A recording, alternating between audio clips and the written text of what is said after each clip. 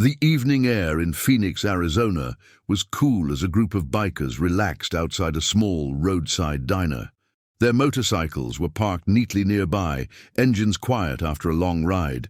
Laughter and casual conversation filled the space, creating a calm moment none of them expected to be shattered so suddenly. Out of nowhere, a little girl, around 7 years old, came running across the parking lot.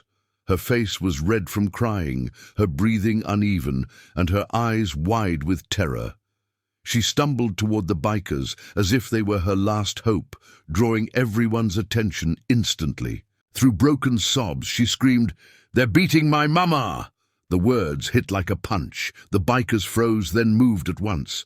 One of them knelt to her level, careful not to scare her, while another placed a steady hand on her shoulder to comfort her. The girl pointed toward an apartment complex nearby, her hand shaking as she tried to explain. A biker gently removed his leather jacket and wrapped it around her small frame. The men exchanged serious looks, silently agreeing that this was no time for hesitation. They didn't race ahead recklessly. Instead, they stayed close to the child, walking quickly but carefully toward the building she indicated. The sound of distant shouting grew clearer with each step, and the tension in the air became heavier. As they reached the apartment hallway, angry voices echoed from behind one door, followed by a loud crash. The bikers spread out, alert and focused.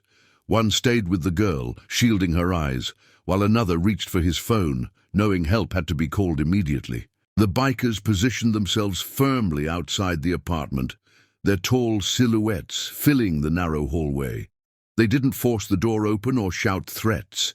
Instead, their calm but intimidating presence was enough to send a clear message that someone was watching and the violence had been noticed. One biker quietly dialed 911 and explained the situation in a steady voice, giving the address and details. Inside the apartment, the shouting suddenly stopped. A tense silence followed, broken only by muffled movement. The little girl clung to the biker, holding her, trembling but no longer crying. When police sirens echoed in the distance, the bikers stood their ground.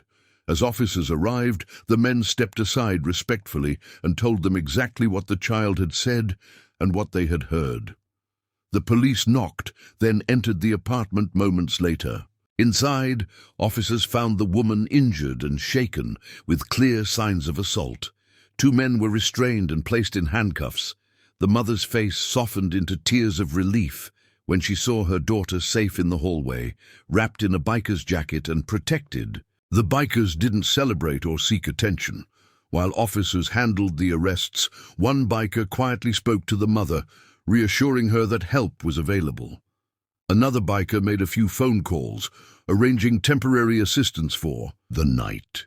Before leaving, the bikers pooled their money to pay for a nearby hotel room and meals for the mother and child. As they walked back to their motorcycles, the girl waved shyly. Engines started again, and the men rode off into the night, leaving behind safety, hope, and a reminder that compassion can appear in unexpected forms.